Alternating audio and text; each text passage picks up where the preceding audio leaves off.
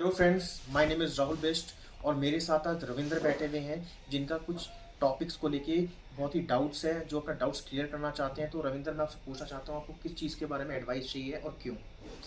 पहले नंबर तो आपको हेलो सर। आप कैसे हो? आपने हमें स्टॉक मार्केट बारे में जो एडवाइस दी उससे हमारा जो लॉस था वो बैलेंस बन गया है। तो आपसे मुझे अब आईपीओ के बारे में एडवाइस चाहिए। आप हमें उसमें पैसा लगाएं ना लगाएं, आप इसको मुझे हाँ या ना ये बताइए। एडवाइस चाहिए आपको? एडवाइस चाहिए। ठीक है। फ्रेंड्स, रविंद्र का जो कंसर्न है, रविंद्र का कंसर्न है आईपीओ, जो कि स्टॉक मार्केट का एक पार्ट है। तो मैं आपको बता दूं रविंद्र, आपको भी, कि जो आईपीओ है, बेसिकली आईपीओ को हम कहते क्या हैं। तो आईपीओ को बेसिकली कहते हैं इनिशियल पब्लिक ऑफरिंग। बेसिकली ये एक पब्लिक लिस्टेड कंपनी होती है। ठीक है। बेसिकली क्यों है ये पब्लिक लिस्टेड, ये आपको जानना बहुत ज़रूरी है। बेसिकली जो प्राइवेट कंपनी होती हैं, जब वो पब्लिक में अपना पैसा इन्वेस्ट करती है और लिस्टेड होती है, तो वो एक पब्लिक सेक्टर कंपनी बन जाती है। ठीक है। और बेसिकली ऐसा करती क्यों है प्राइवेट कंपनीज? क्योंकि इनको पैसे की बहुत ज़रूरत होती है और आगे इनको ग्रोथ भी करना होता है। इनके बहुत से प्लान्स होते हैं जो इनको इम्प्लीमेंट करने होते हैं आगे फ्यूचर में। तो बेसिकली हम कह सकते हैं कि आईपीओ एक गुड डिसीजन होता है बहुत से यूथ के लिए, कि वो इसमें अपना पैसा इन्वेस्ट कर सकते हैं।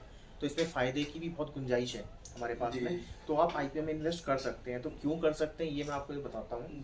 कि आईपीओ बेसिकली, जो मैंने आपको पहले भी बता रखा है, कि ये पब्लिक सेक्टर और पब्लिक इन्वेस्टर कंपनी है, जिसमें कंपनियों का एक एक कंसर्न होता है कि आप पब्लिक लिस्टेड क्यों करती हैं। क्योंकि आज के टाइम में, एक फॉर एग्जांपल मैं आपको देता हूँ, कि 100 करोड़ की कंपनी है। ठीक है। 100 करोड़ की इंडिया में कंपनी है, बट उसको इंटरनेशनल होना है मार्केट में। तो उसके लिए ग्रोथ चाहिए, पैसा चाहिए। तो वो कहाँ से आएगा?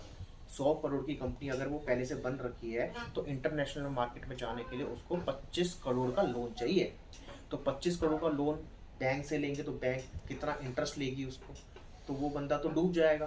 तो इसलिए वो प्राइवेट से पब्लिक कंपनी करता है, प्राइवेट से पब्लिक कंपनी में कन्वर्ट करता है, कि आज के टाइम पे जो लोग हैं उसमें पैसा इन्वेस्ट करें और उसी पैसे से वो कंपनी को आगे बढ़ाए, और उसी के बिहाफ में अपने जितने भी उसके कनेक्टर्स हैं, जिसने भी उस पैसे में कंपनी में इन्वेस्ट किया है, उसको डिविडेंड मिल सके और उसको प्रॉफिट मिले और अच्छा खासा मार्जिन कमा सके।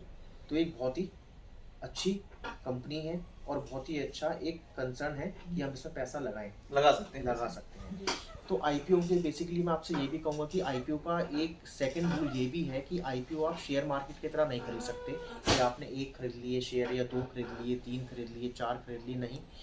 आईपीओ का एक रूल है, एक टर्म्स एंड कंडीशन है, कि आईपीओ बेसिकली आप 25 के सेट में खरीद सकते हैं या 24 का सेट, जो भी कंपनी ने उसमें टर्म्स एंड कंडीशन लगाई होंगी। तो एक नहीं, कम से कम आपको 24 शेयर खरीदने हैं उसके, और 24 शेयर के साथ में 14-15 हज़ार का हो जाता है। अगर आप चाहते हैं कि और खरीदे तो 24 मल्टीप्लाई बाई 2 हो जाएगा 54, मतलब आपको 54 शेयर्स खरीदने पड़ेंगे। तो ये बल्क में क्वांटिटी लेनी पड़ती है, उसके बाद ही आप आईपीओ में एंटर कर सकते हैं। क्योंकि आईपीओ में बहुत सी टर्म कंडीशन ये भी होती हैं फ्रेंड्स, कि आईपीओ में आज के टाइम उन्होंने 1000 एप्लीकेशंस डाली हैं, बट लोगों ने 2000 के लिए अप्लाई कर दिया, तो वो चीज़ रिजेक्ट हो जाएगी। इसमें लिमिटेड स्टॉक्स होते हैं, लिमिटेड शेयर्स होते हैं, लिमिटेड आईपीओज होते हैं, जो एक लिमिटेड टाइम के लिए ही और लिमिटेड पीरियड में ही हम उसको परचेज और बाई कर सकते हैं। बेसिकली ये आईपीओ का मेन रूल एंड कंडीशंस होती हैं। तो आपको समझ में आया? जी। Thank you so much friends. अगर आपको वीडियो पसंद आई तो वीडियो को सब्सक्राइब करना मत भूलना, लाइक करना मत भूलना। नेक्स्ट वीडियो के साथ मैं आपको फिर से मिलूंगा। Thank you so much.